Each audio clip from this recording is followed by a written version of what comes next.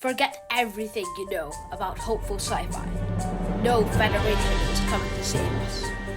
No peaceful alien alliance is waiting in the stars. In this universe, your options are serve a decaying corpse god, get eaten alive by a trillion giant space insects, or lose your soul to literal demons. Welcome to Warhammer 40k, the most brutal, unforgiving universe ever created. Today, we are breaking down the entire lore for beginners, from the tragic civil war that broke reality to the covered galactic apocalypse. Strap in, because it's about to get incredible. Imagine a universe where there are no happy endings, no peaceful alien alliances, and absolutely no hope for a better tomorrow. This is the universe of Warhammer 40,000, set in the terrifying expanse of the 42nd realm. If you are brand new to this set, the most important thing to grasp is a franchise's iconic, definitive catchphrase. In the grim darkness of the far future, there is only one. Humanity in this era does not live in a clean, high-tech utopia like Star Trek or Star Wars. Instead, trillions of human beings are trapped as cogs inside a brutal, hyper-authoritarian space empire known as the Imperium of Battle. This massive regime is suffocating under its own bureaucratic weight and paralyzed by an intense fear of change. Humans are surrounded on all sides by nightmarish alien monsters, mutant rebels, and a literal mind-bending demons pouring out from a parallel dimension. At the absolute center of this crumbling empire sits Earth, now radically renamed Holy Terra. The oceans have been boiled away, and the entire surface is covered in massive Gothic cathedral cities called hive cities, where billions live in squalor. Deep within the Imperial Palace, sitting upon a colossal, continent-sized, life-sustaining machine called the Golden Throne, is the Emperor of Mankind. To the brainwashed citizens of the Empire, he is worshipped as a literal god. But the horrific, closely guarded truth is that he is a silent, decaying, psychic corpse. He has been trapped on this mechanical throne for over 10,000 years. He cannot speak, cannot move, and his body is a withered skeleton.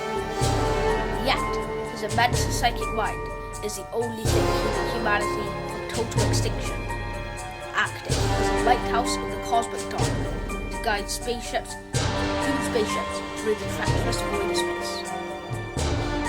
To keep this machine running and his mind alive, the Imperium forcibly sacrifices 1,000 psychic humans to the throne every single day.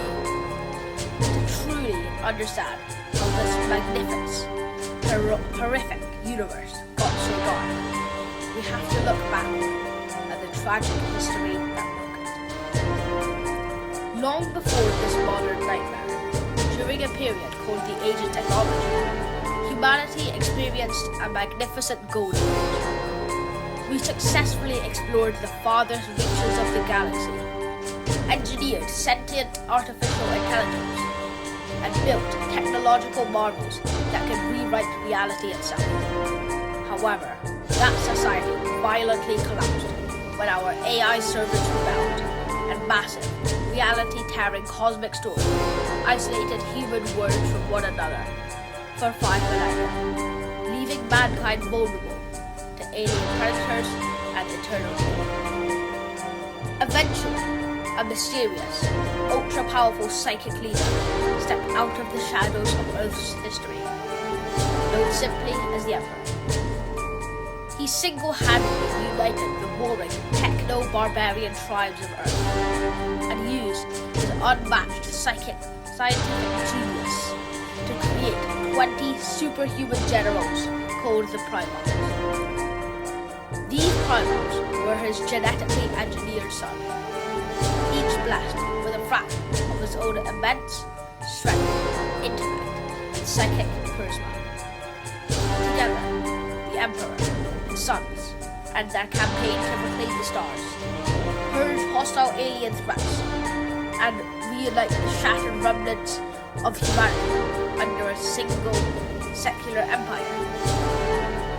For a brief moment, it genuinely looked like mankind would conquer the galaxy and ruin permanent peace.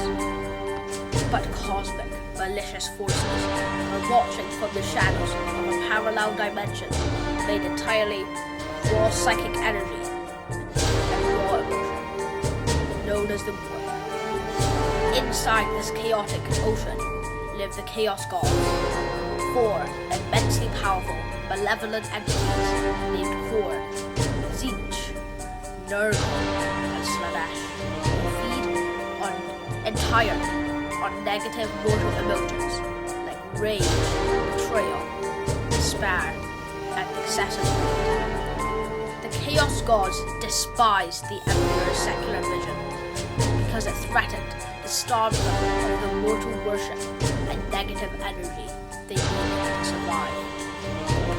To destroy the Emperor's dream, the Dark Gods pulled their power and whispered dark promises into the mind of his most trusted, favorite son, a Primarch named Horus, whom the Emperor had recently promoted to War Master of all his armies. They corrupted Horus's loyalty, blinding him with jealousy, fear of being forgotten, and a false vision of a future when his father abandoned him. Horus successfully convinced half of his superhuman Primarch brothers and their respective Space Marine legions to turn their weapons against their own kin, sparking a catastrophic, galaxy-spanning civil war known as the Horus Heresy.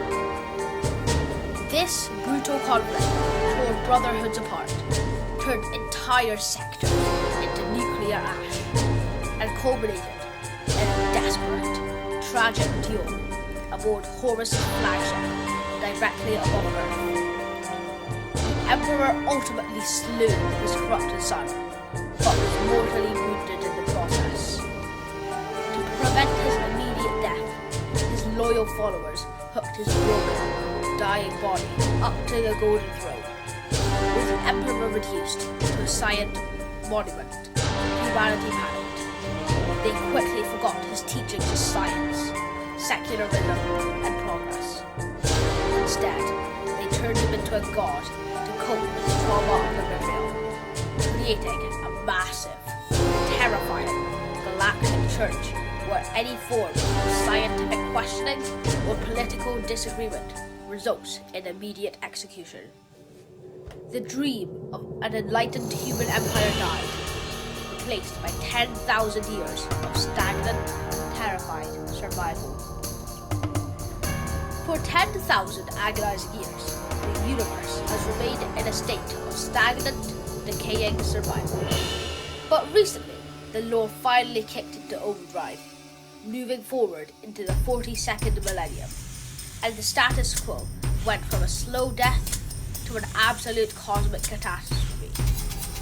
The supreme leader of the Chaos Forces, a warlord named Abaddon the Despoiler, launched his 13th major invasion and managed to completely destroy a key fortress planet named Cadia. Cadia was incredibly important because it housed ancient alien obelisks that acted as a literal psychic dam holding back the madness of the warp. When Cadia shattered, the psychic dam broke. A massive purple scar of raw, reality-tearing warp energy rippled completely across the galactic plane. This catastrophic anomaly is known as the Great Rift, or the Psychiatric Maledictum. The Great Rift physically tore the human empire completely in half. On one side, you have the Imperium Sanctus, where worlds can still see the psychic lighthouse of Earth, allowing them to communicate and coordinate their armies, even if it is incredibly difficult. On the other side lies the Imperium Nihilus, a pitch-black frontier where the light of Earth cannot pierce. Millions of human planets in this zone were left completely isolated, stranded in total darkness, and left entirely to the mercy of brutal alien invasions and demonic incursions without any hope of reinforcements. Yet, in humanity's darkest hour, a final baseline of hope emerged. One of the Emperor's few remaining loyal sons, a tactical and bureaucratic genius named Rabute Gilliman, was successfully resurrected from a 10,000-year stasis through a dangerous alliance of alien sorcery and human technology. When Gilliman opened his eyes and looked at the modern Imperium, he was utterly horrified by what his father's empire had become. He deeply despised the forced religion, the rampant corruption, and the oppressive fear. However, with the entire galaxy actively burning around him, he had no choice but to take absolute control as Lord Commander. He launched the Indomitus Crusade, the largest military mobilization humanity had seen since the mythic days of the Great Crusade. To fight back the dark, he unleashed a secret weapon, the Primaris Space Marines.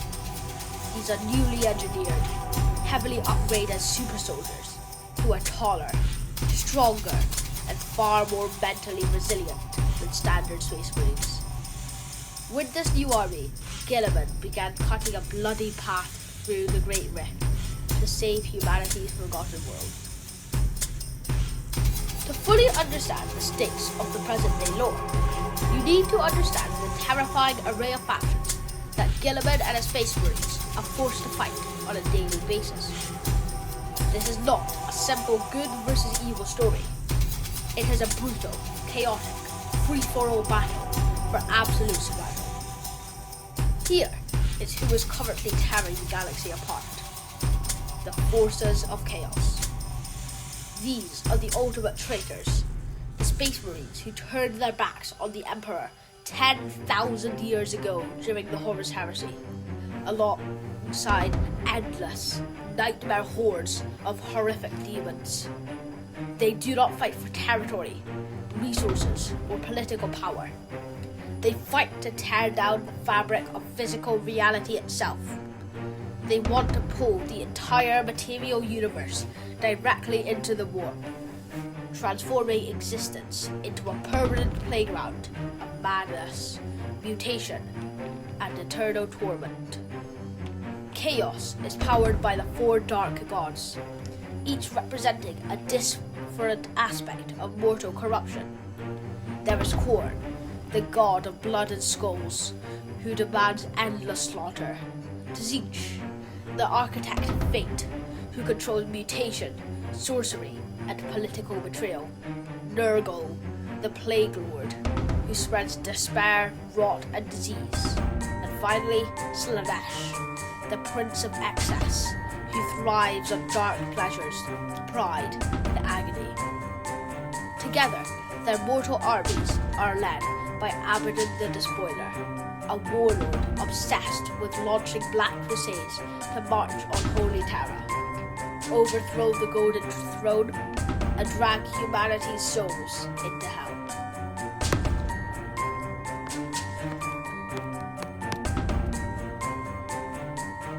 The Tyranids.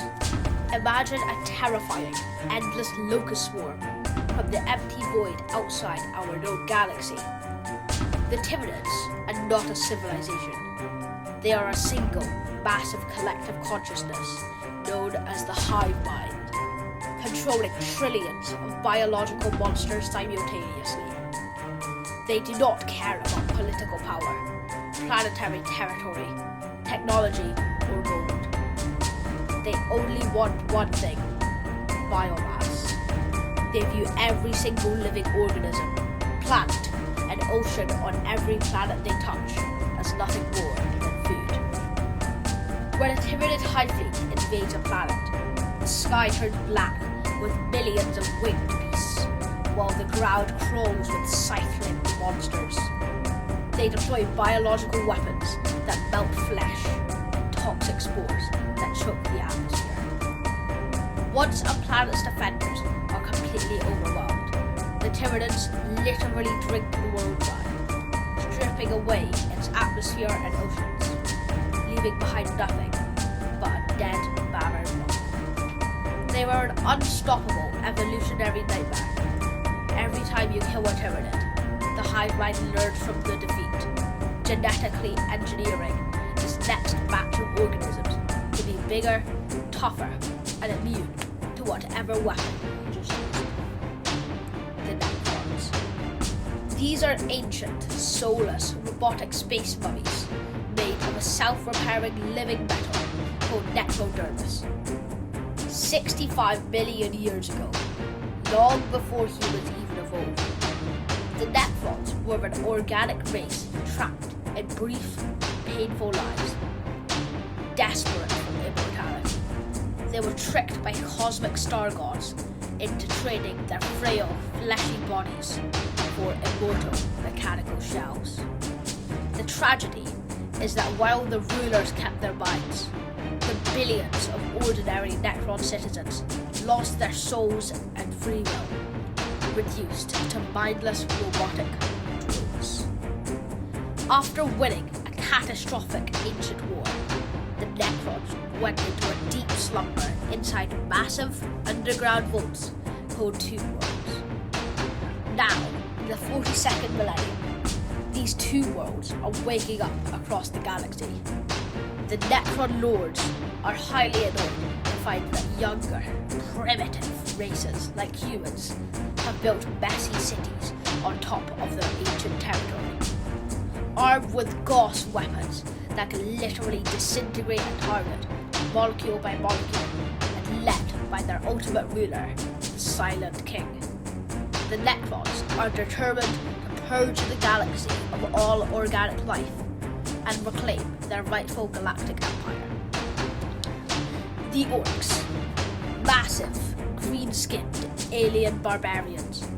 Orcs are biologically engineered for pure violence. They do not feel fear. They do not feel pain the way humans do. And they literally reproduce via fungal spores. Meaning, if you shoot an orc, his body releases thousands of microscopic spores into the dirt, guaranteeing a brand new army of orcs grow out of the ground a few months later. They do not have a grand political strategy. They love fighting so much that if they cannot find an enemy, they will happily beat each other to death for fun.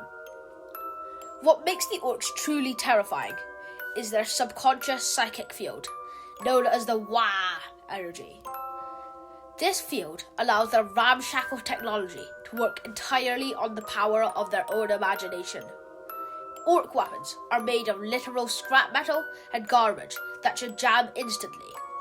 But if an orc believes a gun works, the psychic field forces reality to bend and the gun fires. If they paint a vehicle red, it actually drives faster, because every orc knows red ones go faster.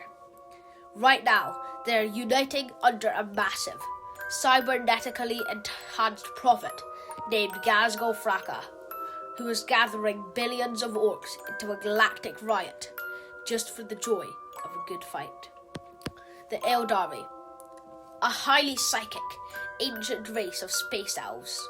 The Eldari ruled the galaxy for millions of years with unmatched technology and grace. However, their immortality and complete lack of hardship led to their downfall. They fell into extreme hedonism, chasing darker and more intense sensations for centuries. This massive, empire-wide wave of unchecked pride, depravity, and dark psychic energy eventually coalesced in the warp, trigger spawning the birth of the fourth Chaos God, Slaanesh. The moment Slaanesh woke up, the god released a psychic scream that instantly devoured the souls of trillions of Eldari, wiping out their empire in a single second. Today, the survivors are a tragic, deeply divided and dying species. Some live on massive, planet-sized starships called craft worlds, using mystical soul stones to capture their spirits when they die, so Slash cannot eat them in the afterlife. Others live in a dark, hidden city inside the Warp's raiders, torturing other species just to feed off their agony and prolong their own lives. Because their birth rates are incredibly low, they cannot fight open wars. Instead, they use psychic foresight, hit-and-run tactics, and extreme manipulation, often tricking the Imperium into fighting their battles for them to preserve a single Eldari life. If every other faction in Warhammer 40k represents pure Gothic darkness, the Tau are the closest thing to a modern, high-tech anime faction. They are a young, blue-skinned alien race expanding incredibly fast across the eastern fringe of the galaxy.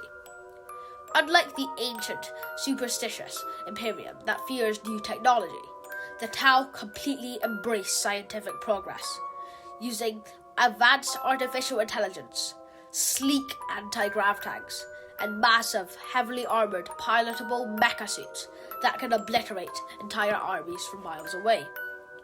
What makes them unique is their unifying ideology, known as the greater good.